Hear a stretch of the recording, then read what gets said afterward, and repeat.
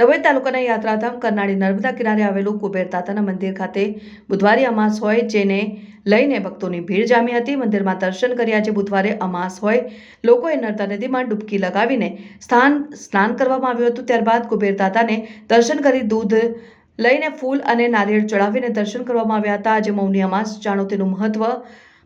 આજે પોષ અમાસ કે જેને મૌની અમાસ કહેવાય છે, જેનું વિશેષ મહત્વ છે। આ દિવસે ગંગા અને કોઈ પણ પવિત્ર નદીમાં સ્નાન કરવાથી, દાન કરવાથી ઘણું પુણ્ય મળે છે। આજે મહાકુંભનું બીજું સ્નાન અમૃત સ્નાન પણ થઈ રહ્યું છે। આજના દિવસે પિતૃઓને તર્પણ, પિંડદાન, શ્રાદ્ધ કરવાની પણ પરંપરા છે। આજે ગાય, કૂતરા અને કાગડાને ભોજન કરાવવું શુભ ગણાય છે। પીપળાના ઝાડ નીચે દીવો પ્રગટાવવાથી પિતૃઓનો આશીર્વાદ મળે છે।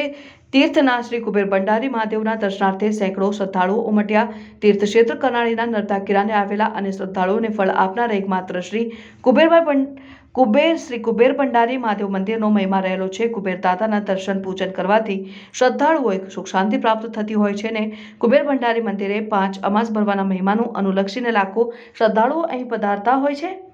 બુધવારે અમાસની તિથિ હોવાથી મોડી રાતથી જ ગુજરાત સહિત વિવિધ રાજ્યોમાંથી રેગ્યુલર અમાસ ભરનારા શિવભક્તો સહિતના શ્રદ્ધાળુઓ ઉમટવા લાગ્યા હતા। નર્મદા નદીમાં પાવન ડૂબકી લગાવી મંદિર ટ્રસ્ટી મંડળ દ્વારા દર્શનાર્થીઓ માટે કરાયેલા આયોજન મુજબ શિવભક્તો શિસ્તબદ્ધ રીતે કતારમાં ઉભા રહી કુબેર દાદાના દર્શનનો લાભ લીધો હતો। હર હર કુબેર વર્ષની એક માત્ર આવતી મૌની અમાસ છે।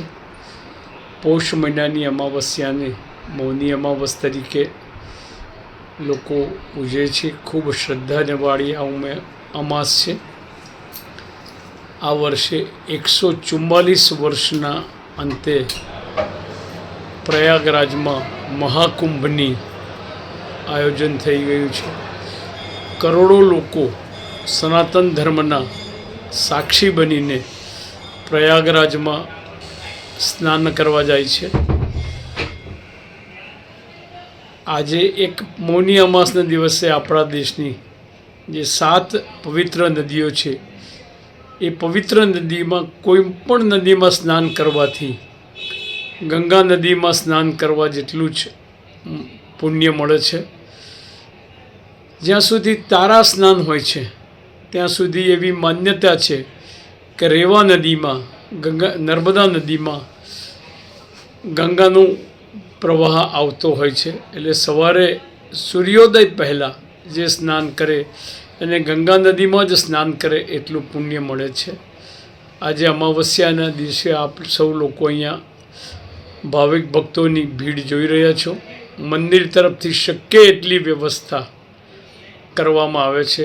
સમગ્ર આખી રાત મંદિરના કર્મચારીઓ, મંદિરના સિક્યોરિટીના લોકો, સેવકો જાગીને, કારણ કે કાલે સાંજે 7 વાગ્યાથી અમાવસ્યાની શરૂઆત થઈ ગઈ છે અને આ અમાવસ્યાનો લાભ લોકો શાંતિથી લે તેવી સર્વેને પ્રાર્થના છે। નર્મદે હર, જય જય કુબેર।